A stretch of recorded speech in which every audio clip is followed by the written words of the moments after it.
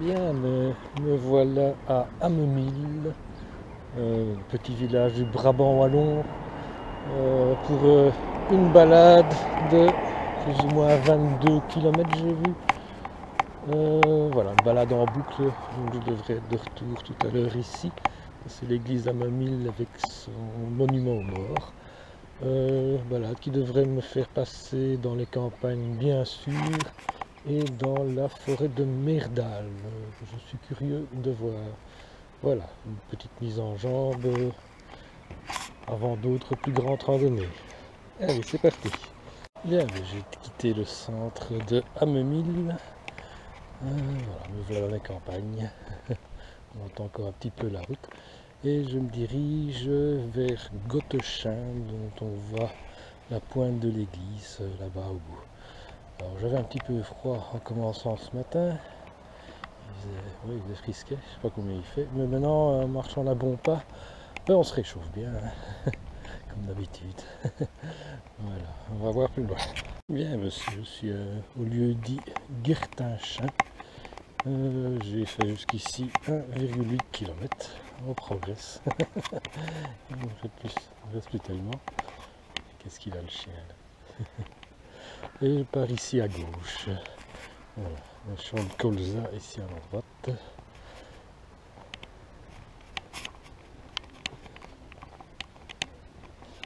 Bon, ils ont récupéré un chien qui s'était perdu. Voilà. Bon, on va passer par là. Je quitte un peu les champs, hein, et je me dirige maintenant vers le bois de l'Insmou qu'on voit ici. C'est un beau bois, j'ai déjà eu l'occasion d'y passer lors de mon tour du Brabant wallon à pied. Donc on va aller redécouvrir ça. C'est calme ici, hein, à part quelques tracteurs ou des VTTistes, on n'a vu personne. Ok, je viens d'ici et me l'arrivée à Gotteschain. Si j'avais pris la raccourci qui était indiqué plus loin, je serais arrivé de là. Mais bon, je ne suis pas amateur des raccourcis et donc je continue. Voilà. Et j'ai fait jusqu'à maintenant 5,2 km. Voilà. Beaucoup de chemin en pavé aussi par ici.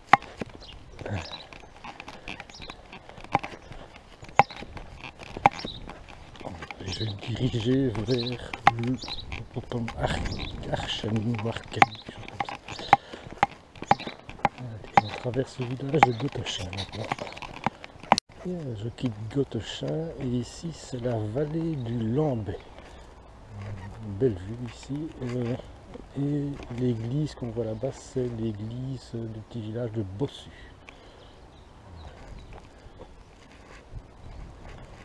Alors je vais me rendre de Lambay. On va descendre dans le fond. Bien, me voilà à Archen. J'aurais fait 9 km jusqu'ici. Je me suis octroyé une petite pause boisson et sandwich. Et Archen que je connais bien puisque c'était une des étapes de mon tour du Brabant wallon à pied. Et je me souviens d'avoir attendu mon épouse devant l'église ici, dans le froid, dans le noir, en hiver, qu'elle vienne me rechercher et me ramener à la maison. Enfin voilà, ici il commence à faire quelque chose, il y a eu un peu de soleil tout à l'heure et j'ai tombé la veste. Voilà, voilà.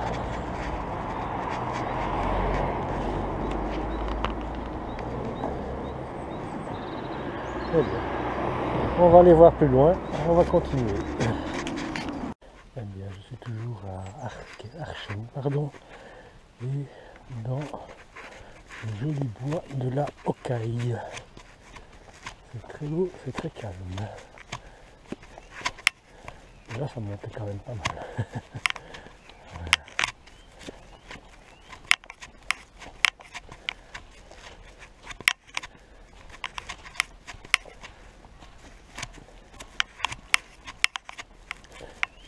part les oiseaux, on n'entend rien. Un couple de jets là-bas, si vous ne savez pas les voir.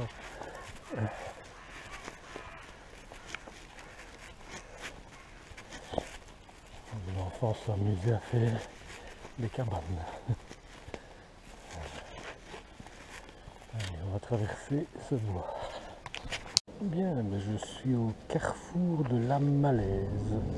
Et donc ils disent que il y a un grand arbre et là je dois prendre à droite. Voilà le grand arbre. On a vu que notre amorphlé, on l'a remplacé, c'est déjà ça. Et je dois prendre par ici. C'est l'arbre de la Malaise. C'est un tilleul. Bien. Voilà.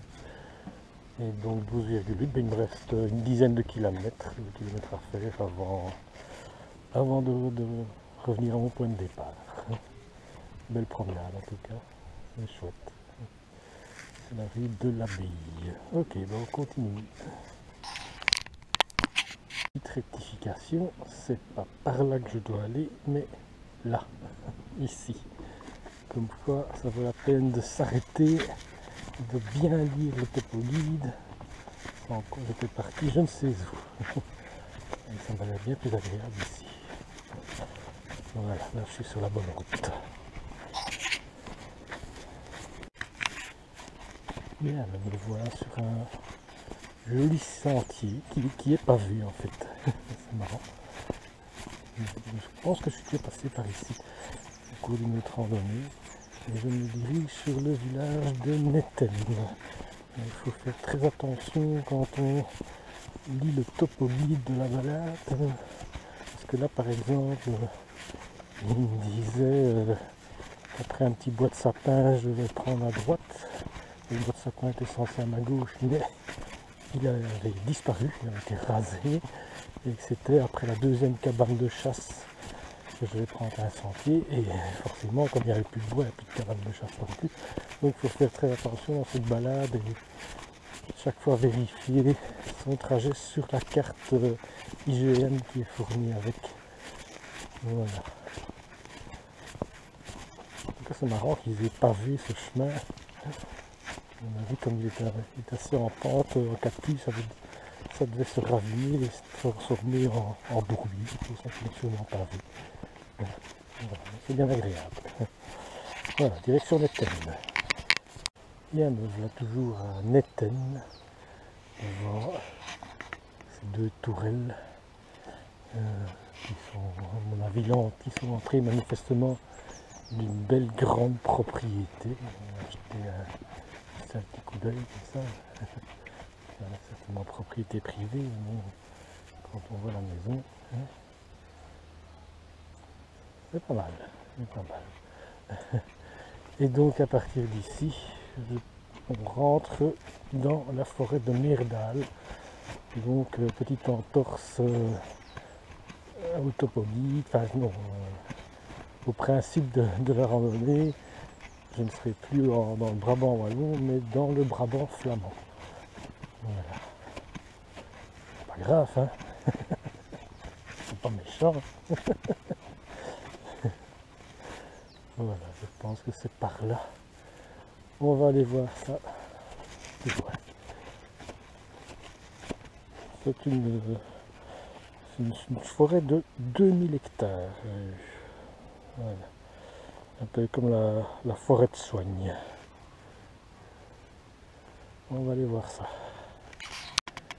Bien, mais je suis toujours en train de pénétrer la forêt de Myrdal. On voit ici un mur. En fait, c'est le mur qui longe, qui fait tout le tour de la propriété qu'on a vu. Qui est le château Savel, si j'ai bonne mémoire. Et j'ai lu qu'il ferait 3 km. Ce mur ferait 3 km de long. C'est pas mal. Sinon, la forêt de Myrdal, elle est composée, d'après ce que j'ai lu, à part égale de chênes, de hêtres comme ici, et de conifères comme on voit là un peu plus loin. Et comme la forêt de Soigne, elle est appelée forêt charbonnière, parce qu'en apparemment dans le temps, elle servait surtout à fabriquer le charbon de bois qui était le moyen de chauffage ou bien le moyen d'énergie utilisé par les industries. Voilà. Et l'avantage, elle est plus petite que la forêt de Soignes, mais l'avantage c'est qu'elle n'est traversée que par une seule route. Donc c'est beaucoup plus calme évidemment. Voilà. Une petite information touristique. un peu près de tout. Bien, mais ici on voit toute la splendeur de la forêt de Meerdal avec ses immenses drèves. Ça fait un peu penser au bois de Halle, près de chez nous, à Braine-le-Château. Et Halle forcément. Voilà. Et bien maintenant, moi je vais aller dans cette direction-là. Il fait un calme ici.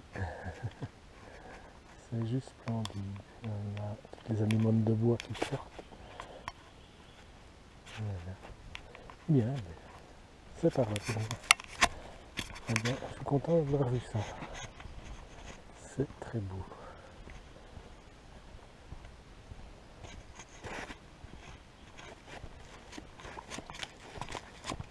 En fait, la drève que j'ai pris depuis le carrefour s'appelle la drève des Wallons.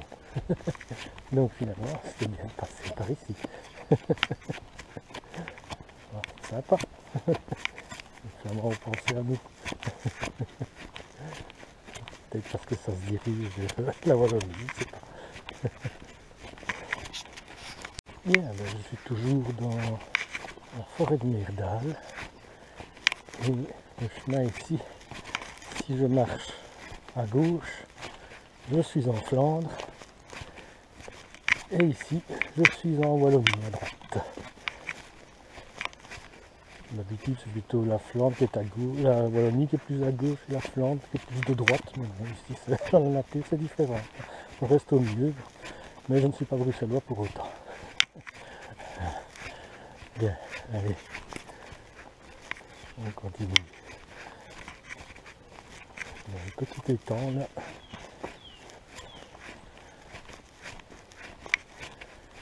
Toujours aussi agréable en tout cas. Et à part 2-3 vététistes, je n'ai vu personne. Faut dire on est en semaine ici. Allez, on continue. Bon, ben en fait, je viens de là de l'autre côté, c'est la nationale 25. Et je dois aller par ici. Mais comme vous voyez, normalement je ne pouvais pas passer. En fait, ils ont fermé ce chemin parce que c'était trop dangereux quand les gens devaient traverser pour aller par là. Mais bon, moi j'ai déjà traversé, vu que je suis venu voir si on pouvait passer. Donc j'ai trouvé le moyen de passer par là. On ne peut pas. Mais bon, j'ai pas envie de faire un détour et de suivre la nationale 25 jusqu'au Dieu sait où, vu que je suis déjà ici. Donc voilà, je continue. On verra bien si je tombe sur un garde forestier ou pas. On verra. Sinon, vous viendrez m'apporter des oranges en prison en Flandre. C'est loin, on va voir plus loin. Bien, ben, on ne m'a pas mis en prison. Et voilà, ici je sors en fait de la forêt de Meerdal. Je quitte la forêt de Meerdal et j'aurai parcouru ici 20 km. 20,1 exactement. Donc il me reste plus qu'un petit 4 km à faire et je serai arrivé. C'est bien, c'est bien. Belle balade. Un peu dommage de déjà quitter la forêt, enfin bon. On est bien ici dedans. Allez, mais c'est par là que je vais. Je quitte donc la forêt de Meerdal par une superbe drève de hêtres. Je devrais m'amener près du château de Valduc si je me mets là. Ouais. Voilà. joli, hein. Impressionnant même.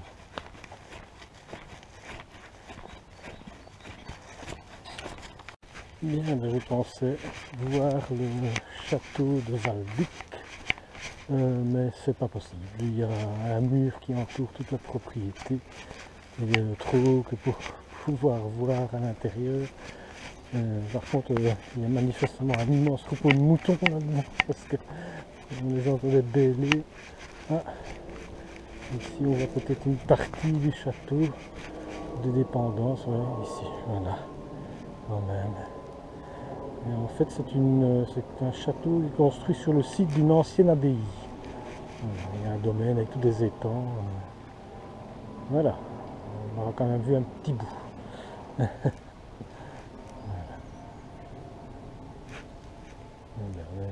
Je suis bientôt arrivé, à mon avis, encore moins de 4 km en tout cas. Allez, on continue. Et bien voilà, la balade se termine. On voilà de retour à Ammenil. J'étais là-bas au bout en suivant le cours de la Netten, petite rivière. Et voilà, on voit l'église de Ammenil qui est juste là où la voiture se trouve là. Et voilà, je rejoins la grande route, là c'est pas très intéressant pour vous montrer. Donc voilà, prochaine balade, où est-ce que c'était une prochaine balade? Je vais regarder. Ben, ce sera autour de Pécro, donc c'est dans le coin aussi. C'est joli aussi par là. Voilà, à la prochaine.